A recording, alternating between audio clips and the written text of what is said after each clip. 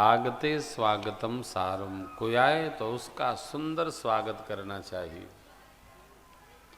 फिर स्कंद पुराण में लिखा है 9 प्रकार से स्वागत, सम्मान और समादर देना चाहिए। 9 प्रकार से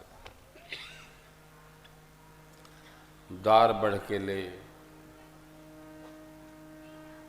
आसन पर बिठाए, कुशल क्षेम पूछे, ठंडा गरम क्या लेंगे, आप आए हम धन्य हुए, हमारा परिवार धन्य हुआ। वाह! कुछ खिलाए पिलाए, सुपास व्यवस्था दे, सुंदर निवास दे। फिर जब उनको अनुकूल समय लगे तो उनसे पूछे आपके आगमन का कारण क्या है, क्या सेवा करूं आपकी। जो आए स्वागत से ही उसकी थकान मिटनी चाहिए। स्नेह ही व्यक्ति की थकान को समाप्त कर देता है। स्नेह, लाड़, प्रेम।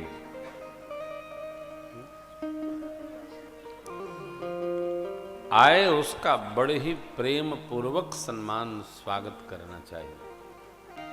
जीव का एक स्वभाव है, जीव अपने बारे में बताना चाहता है और जगदीश अपना ऐश्वर्य छिपाना चाहता है।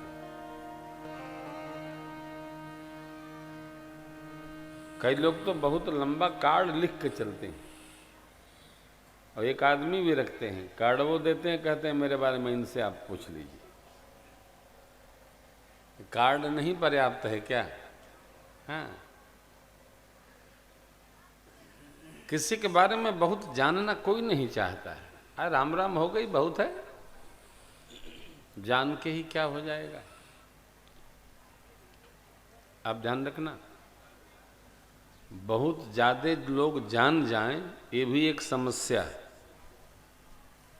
हाँ, जो मिल जाए मिल गया, राम राम भाई आगे चले। काम ही लेकर लोग मिलते हैं, बिना काम कोई मिलता नहीं, और जिसका काम पड़ता है वो मिल ही लेता है।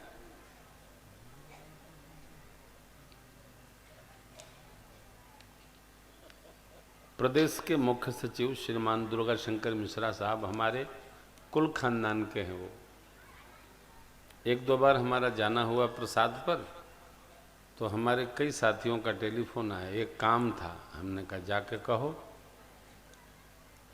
कहे नहीं, आपका उनका बड़ा अच्छा रिश्ता है, संबंध है, तो आप कह देते। हमने कहा नहीं नहीं, वो सुनते ही नहीं है, हम लोग आपसी बात करते हैं, दूसरे की बात नहीं करते। काम क्या है, बस यहाँ से ट्रांसफ़र वहाँ करा दो, वहाँ से भैया। हमने कहा वो IAS के IAS हैं, ये सब नहीं करते हैं, ये काम नेता लोग करते हैं।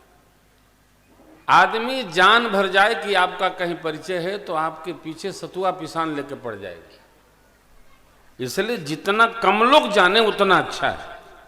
परंतु जो व्यक्ति होता है, कोई भी श्रेष्ठ व्यक्ति, श्रेष्ठ भाव, श्रेष्ठ व्यक्ति को पहचाने, किसी का पहचान करने में समय नहीं लगता है। मनुष्य का उठना बैठना, बोलना चलना उसका परिचय है।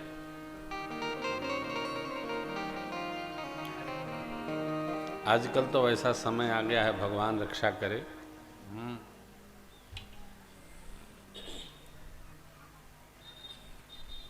जो जितनी निंदा कर दे रहा है वो उतना महान बताया जा रहा है।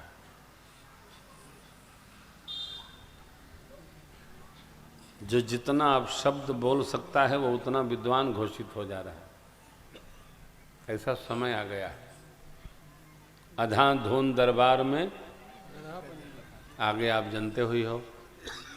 तो ये समय ऐसा चल रहा है, काल चक्र है ये। परंतु श्रेष्ठ को श्रेष्ठ ही रहना चाहिए।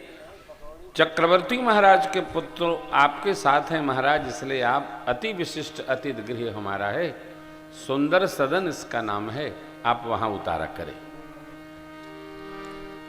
राम लक्ष्मण प्रभु मणिगणों को सुंदर सुपास व्यवस्था के साथ में सुंदर सदन में वास दिया गया।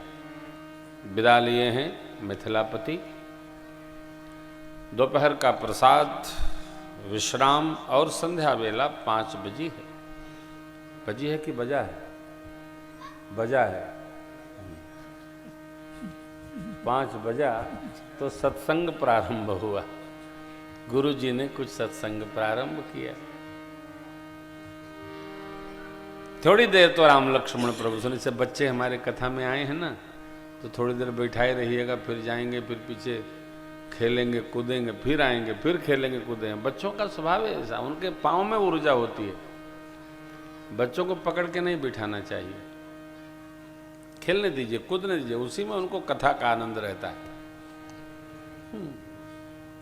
बच्चे हैं, बेटियां हैं, ये सब अपना अपना कैसे भी तो।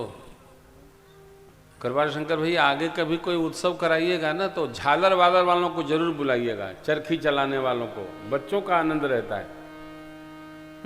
10-20 बीघा में चरखी वाला चर चर चर चर छो छो छो छो पो पो चलता रहता है। मौत का कुआं और चुटही जलेबी और पकौड़ी छने, और क्या। गांव के उत्सव का मतलब यही है। गांव के लोग अबे सूखी कथा गांव में का स्वाहा लगा है, ये तो कछारा है पूरा।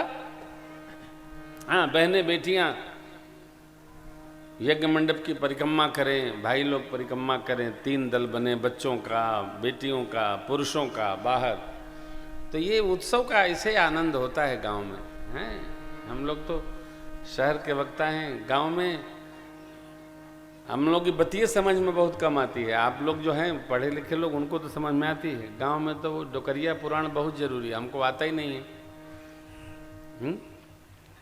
तो ये गांव के लोगों का अलग रस होता है, हर उत्सव में देखने का इनका आनंद होता है। बच्चे झूला झूलते हैं, थोड़ा कथा भी सुनते हैं।